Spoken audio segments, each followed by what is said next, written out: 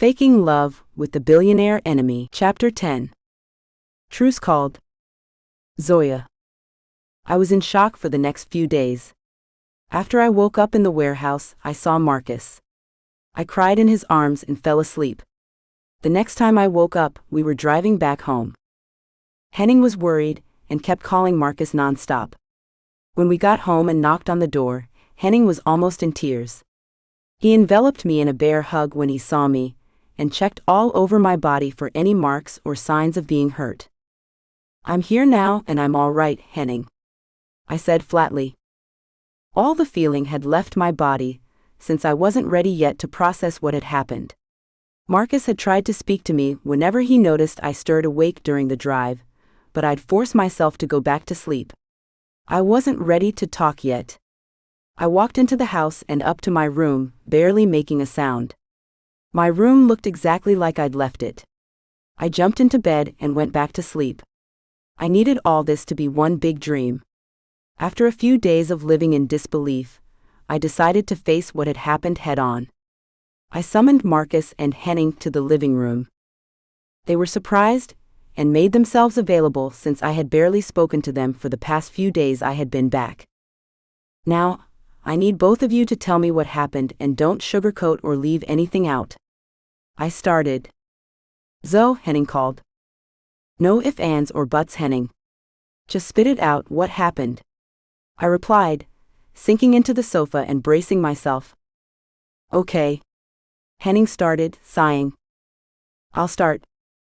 When I got shot at the casino, the shooter left a note in my pocket." "I know this already," I replied impatiently. "Yes?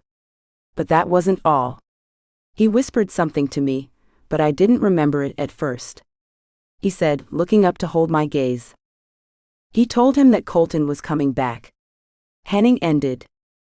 "Who the heck is that? And why does that name sound familiar?" I asked. "He was our business partner," Marcus interjected. "What? Why would he come after me?" "He worked at the casino with us after you moved away. He got into a shady deal with one of our clients and was incarcerated. But he blames us for it," Marcus continued. "What? That doesn't make any sense," I exclaimed. "You're right, it doesn't. We had warned him about that client. He was an alleged drug trafficker. Colton didn't believe us.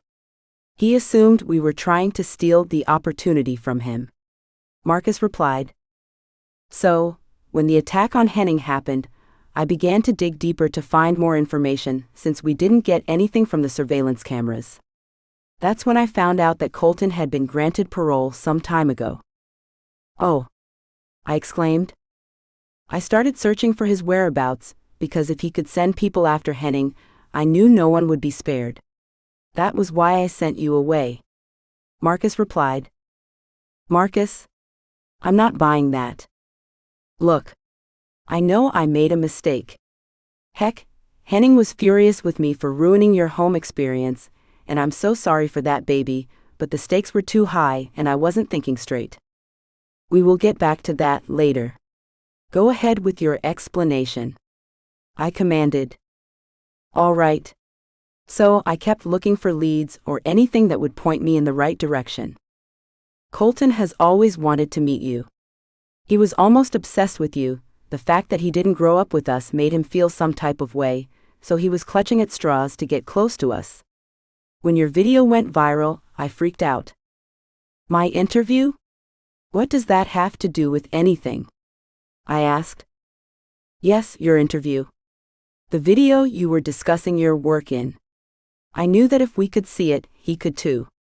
Before your video went viral, I also got a threatening letter talking about how my newfound love wouldn't last and my family would be shattered once more, so I knew they may have eyes on you too. And then my video went viral." "Exactly. And if everyone knew where you worked, it was a matter of time before they would be able to find where you lived." "Oh no. Luckily, you spoke to Henning, so we had an idea of where you would be. It's hard for me to even imagine what would have happened if we were even a few minutes late," Marcus ended. Wait. What did you say his name was again? I asked, hoping my train of thought was wrong. Colton. Henning replied. Colton what? What's his last name? I replied. Colton Pierce, Marcus replied. The color drained from my face as I shuddered. The thought of all the horrible things that could have befallen me made me want to throw up. I had closed a deal with the very person that tried to kill me. Zoya baby, what's wrong? You look like you just lost your best friend. I just figured out why that name sounds so familiar to me. The deal I just closed and was celebrating that night was with Colton Pierce. He was my difficult client with the big social media following. Zoe, please tell me this is a joke. Henning replied.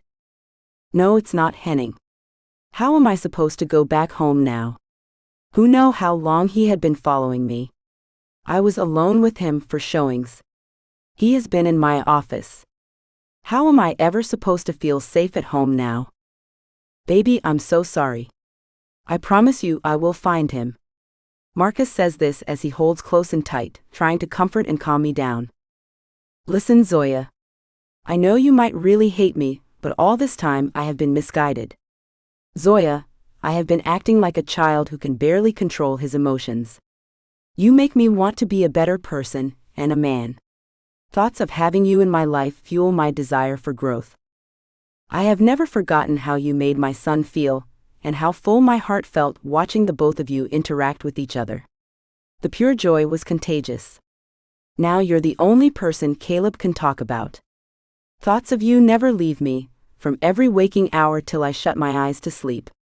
And even then, in my dreams, I am never free of your enchantment. Your short presence in my life propelled me into a new era of love I had never experienced or ever imagined possible. Baby, the very thought of losing you tore me apart. But I would rather you hate me than never be able to tell you. I love you and how much I love you. Yes. I finally said it. I love you with all my heart and soul, Zoya Carter. I have been in love with you since we were younger, and when you moved away, you took a piece of my heart with you. Since you've been back, I feel whole again. I never want to lose you or be apart from you again. Your father knew this, that was why he asked you to give me a chance. I was also blindsided. I was content with suppressing my emotions and being aloof, but now I have felt crumbs of your love and affection, and my hunger grows with each passing day. I love you, Zoya. Everything I put you through, I understand if the only space in your heart for me is full of hatred. I can live knowing that at least a corner of your heart is occupied by me. But please, baby, take me back and give me another chance. I promise you I will never break your heart, and I will live every day making it up to you. He ended. Marcus. I took a deep breath and continued. Marcus, you hurt me deeply. I let my walls down and decided to at least give you a chance, to take a chance on us. Then I met Caleb and his smile made my heart full. I could see all the bits of you that you had tucked away because the world had made you.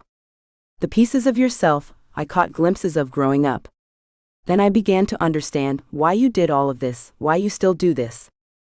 Marcus, I care about you deeply. But you have lost a lot of my trust.